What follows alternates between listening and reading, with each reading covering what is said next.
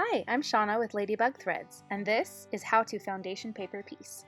You can get this pattern from my website, ladybugthreads.com. This is a simple paper-pieced striped star. It comes with a template that you'll want to print out, and it needs to print to 6.5 by 6.5 inches. Use paper scissors to cut out the template, and then you'll need glue, as well as a tracing wheel or a dressmaker's wheel. It has little prongs on it that you can use to poke holes along the lines that you will use to stitch later. Press along all of the diagonal lines and make sure you're doing this on a cutting mat. Next, you'll want to take your first piece of fabric, and we're working from the center out. This is the A1 section. Place a glue dot in the middle and then put your fabric right in the center. You can lift it up to some light to look through to see where the lines are, and you want to make sure that you have at least a 1/4 inch of fabric hanging over the line between A1 and A2.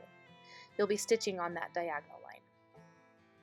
Go ahead and place it until you're happy with where it is. You can also lift the fabric to check where the tracing wheel line is and then pin it in place.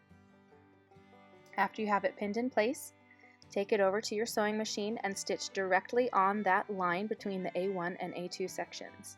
Make sure to go through both pieces of fabric and the paper.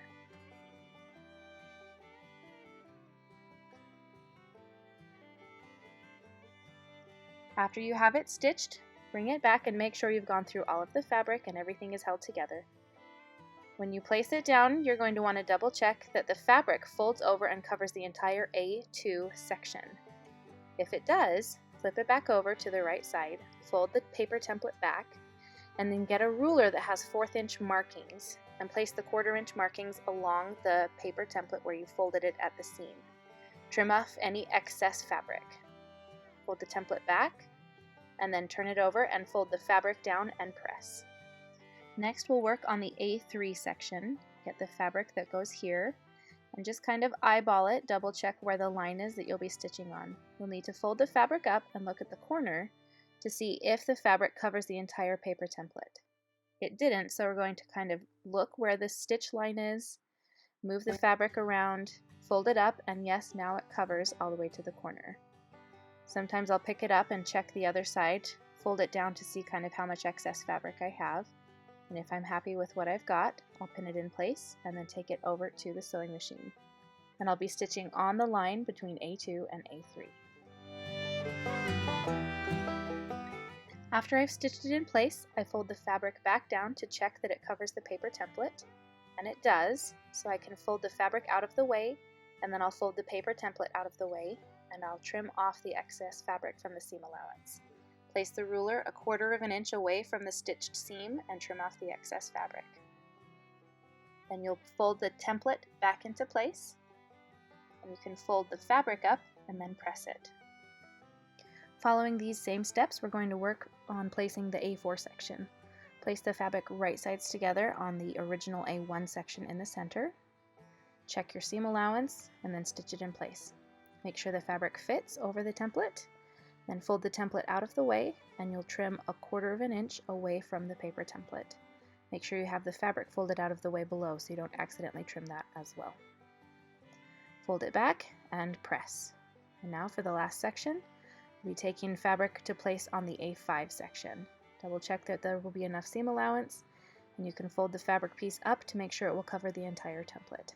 Go ahead and sew it in place on this line.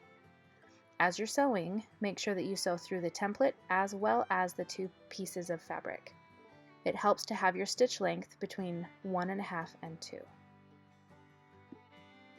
We're going to make sure that the fabric covers the template after we've sewn it in place, and it does, so we'll fold the template out of the way, trim off the excess so that our seam allowance is a 1/4 inch, and then we'll fold it back and press. Now that it's pressed, we can trim all of the extra fabric. As you're trimming, make sure that you're trimming on the dotted line and not the solid black line. The dotted line allows for you to have seam allowance when you put it together with the star points. And here are the star points.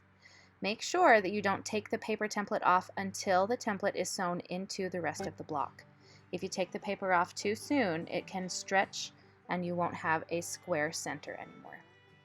Now we can go ahead and just start peeling off the template. If you have a hard time getting the template to peel off, you can use a foundation paper piecing water pen, and you simply trace along the stitched seams and that will help loosen the paper. But I find it's pretty simple to just pull the paper away. Make sure you're being careful so you don't pull any of the seams as you take off all the paper. After you have all the tiny bits away, then you're all done. And this is our finished star block. Thanks for sewing with me, and I can't wait to see what you make.